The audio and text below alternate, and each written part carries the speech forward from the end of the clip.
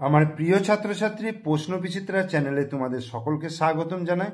আশা করি তোমরা সকলে ভালো আছো। আজকে এই ভিডিওর মাধ্যমে আমরা পড়ব ক্লাস 2 এর দ্বিতীয় পর্যায়ক্রমিক মূল্যায়নের জন্য বাংলা 3 নম্বর প্রশ্নপত্র। কি আছে দেখো, একের দাগের বলছে পাশের ঝুড়ির শব্দগুলি সঠিক ঘরে বসাতে বলেছে।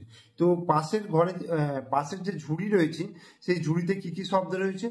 লবণ, আম, চিনি, হাঁড়ি, বেগুন, ধামা, আলু আর জাম। তাহলে সবজির নাম এখানে কি কি রয়েছে বলো তো? সবজির নাম রয়েছে দেখো, বেগুন আছে আর আলু রয়েছে। তাহলে কি লিখবো? বেগুন আর লিখবো আলু। ফলের নাম কি কি রয়েছে? আম আছে আর জাম রয়েছে। তাহলে আম আর জাম, এটা হচ্ছে ফলের নাম। মুদিখানার জিনিস কি আছে? লবণ আছে, চিনি আছে, লবণ আছে আর চিনি আছে। আর অন্যান্য জিনিস কি আছে? হাঁড়ি আছে, ধামা আছে। হয় শূন্যবিন্দু আঁকা, ডয় শূন্য রয়েছে, হাঁড়ি আর ধামা। ঠিক আছে, বোঝা গেল? এরপরে দেখো 2 দাগের বলছে শব্দার্থ লেখো, মানে এর অর্থ লিখতে বলেছে। হিম, হিম মানে কি?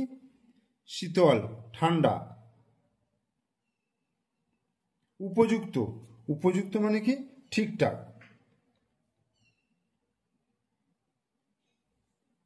তরে, তরে মানে হচ্ছে জন্য, জন্যে।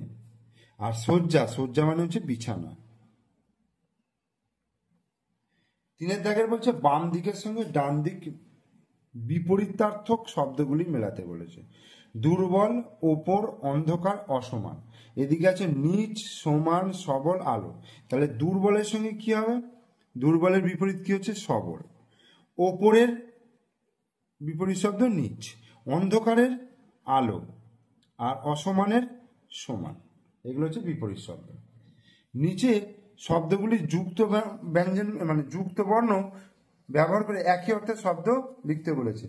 মানে এদের একই অর্থের শব্দ লিখতে হবে, কিন্তু যেটা যুক্ত বর্ণ আছে। যেমন দেখো সব, সমস্ত মানে সব।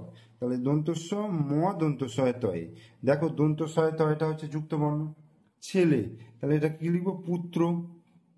ওকে। আচ্ছা, পথ, তাহলে কি হবে? রাস্তা, যুক্ত বর্ণ। আর হচ্ছে হাজার মানে সহস্র।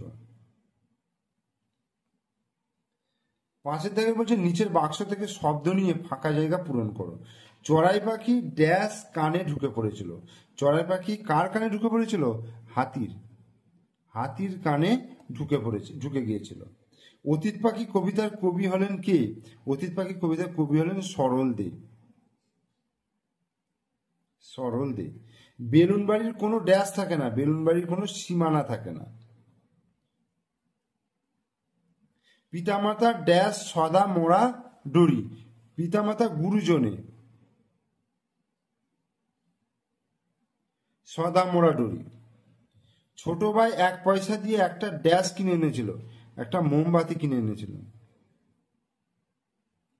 অতীত পাখি ড্যাশ শেষে আবার হিমের দেশে ফিরে যায়, শীতের শেষে। এরপরে 6 দাগে দেখো বলছে নিচের প্রশ্নগুলির এক কথায় উত্তর দাও। চড়াই পাখি কোথায় বাসা বেঁধেছিল? চড়াই পাখি জাম গাছে বাসা বেঁধেছিল। ঠিক আছে। বেলুন ছাড়া আকাশে আর কি কি দেখতে পাওয়া যায়? বেলুন ছাড়া আকাশে পাখি, উড়োজাহাজ উড়তে দেখা যায়। সকালে সোনার রবি কোন দিকে ওঠে? সকালে সোনার রবি পূব দিকে ওঠে। বুদ্ধির পরীক্ষা গল্পে কজন মানুষের কথা বলা হয়েছে? বুদ্ধির পরীক্ষা গল্পে বুড়ো মানুষটা আর তার 2 ছেলে কথা বলা হয়েছে, মানে মোট 3 জন মানুষের কথা আছে। উচিত শিক্ষা গল্পে কার উচিত শিক্ষা হয়েছিল? হাতির উচিত শিক্ষা হয়েছিল। চিড়িয়াখানায় দেখা যায় এমন একটা পশুর নাম গরিলা। বাক্য রচনা করো দিন দিয়ে। কি হবে? আজ সারাদিন বৃষ্টি পড়ছে, তাহলে দিন দিয়ে বাক্য রচনা হয়ে গেল। আর ঘর হচ্ছে আমাদের একটি ছোট্ট কুঁড়ে ঘর আছে, ঘর দিয়ে বাক্য রচনা। তাহলে তোমরা 3 নম্বর বাংলার প্রশ্নপত্রটা ভালো করে করবে। ভিডিও ভালো লাগলে লাইক করবে, কমেন্টস করবে, শেয়ার করবে। আর আমার চ্যানেলে নতুন দর্শক হলে অবশ্যই চ্যানেলটিকে সাবস্ক্রাইব করে দিও এবং পাশে থাকা বেল আইকন প্রেস করে দিও।